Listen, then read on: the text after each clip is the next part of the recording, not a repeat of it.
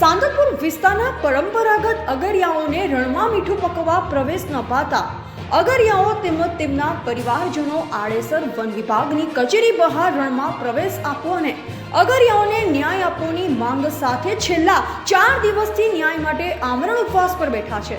પરંતુ 4 દિવસ વીત્યા છતાં અગરિયાઓની રજૂઆત સાંભળવા ના તો કોઈ રાજકીય નેતા આવ્યા કે ન તો કોઈ જવાબદાર અધિકારી દ્વારા મુલાકાત લીધી। અગરિયાઓ માંગ કરી રહ્યા છે કે જ્યાં સુધી ન્યાય નહીં મળે ત્યાં સુધી ઉપવાસ યથાવત રાખીશું તેમજ લોકસભા ચૂંટણીનો બહિષ્કાર પણ કરીશું તેવી ચીમકી ઉચ્ચારી રહ્યા છે।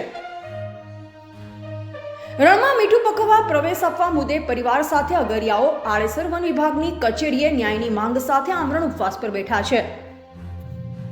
અગરિયાઓ જણાવી રહ્યા છે કે સર્વે એન્ડ સેટલમેન્ટની યાદીમાં જે નામો જાહેર કરાયા છે જેમાં મોટા ભાગના અગરિયાઓના નામ બાકી રહી ગયા છે, એટલે કે 90% પરંપરાગત રણમાં મીઠું પકવી આજીવિકા રળી ખાય છે તેવા અગરિયાઓના યાદીમાં નામ જ નથી અને તંત્ર દ્વારા યાદીમાં નામ છે એ જ અગરિયાઓને રણમાં પ્રવેશ આપવામાં આવી રહ્યો છે।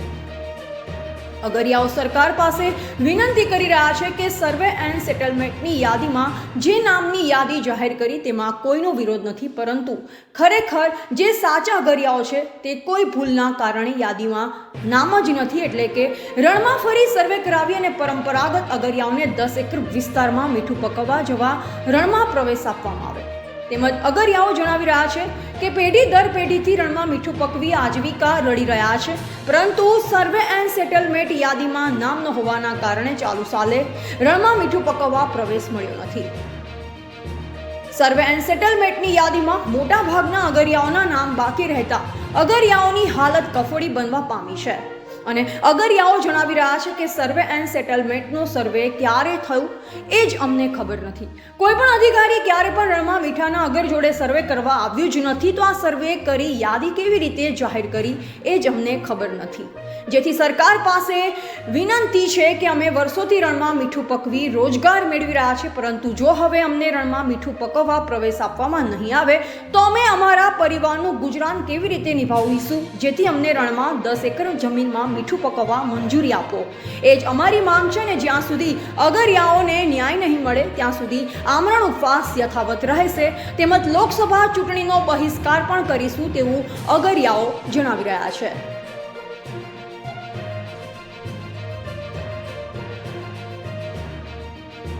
અગરિયાની પહેલી તો પરિસ્થિતિ 4 દિવસથી સાહેબ ધરણા ઉપર બેઠા છે। હજી લગી કોઈ તંત્ર કે કોઈ અધિકારી અમને પૂછવા નથી આવ્યું કે તમે શું કરી રહ્યા છો, કેમ બેઠા છો।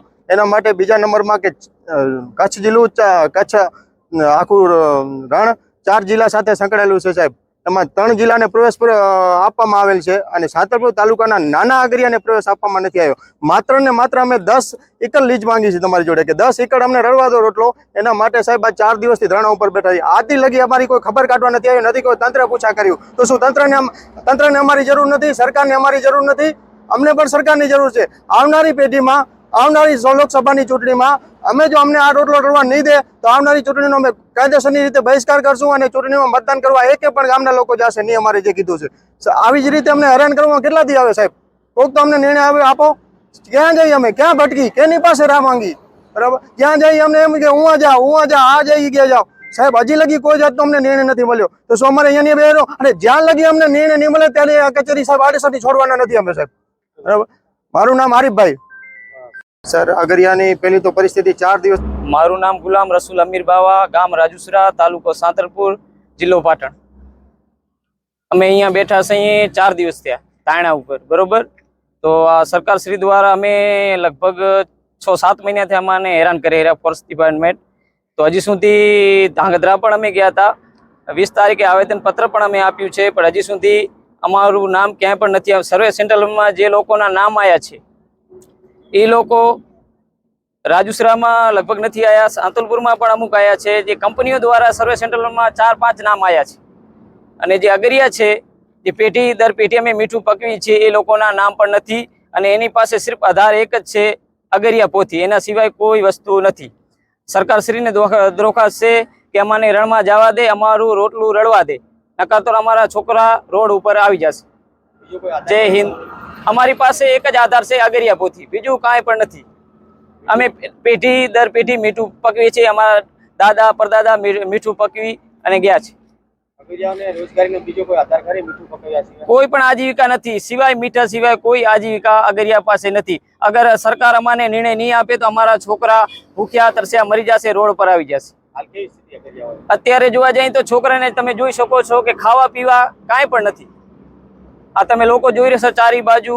4 દિવસથી આ ફર્સ્ટ ડિપાર્ટમેન્ટ આડેસરની વિભાગમાં અમે 4 દિવસે બેઠા છીએ. હજી સુધી નિર્ણય નહીં આવે તો હજી પણ અમે ધારણા ઉપર બેસશું. મારું નામ હું રાઠોડ કિશનભાઈ ધુડાભાઈ, ગામ રાજુસરાથી. રણમાં અમે ખાસા ટાઈમથી મીઠું પકવી રહ્યા છીએ. અમારા બાપ દાદા પણ ત્યાં જ મીઠું પકવી રહ્યા હતા અને અત્યારે સરકાર તરફથી અમને જવા દેતા નથી. રણ બંધની માંગ કરી રહ્યા છીએ અને અમને ધરવા દેતા નથી. બરોબર.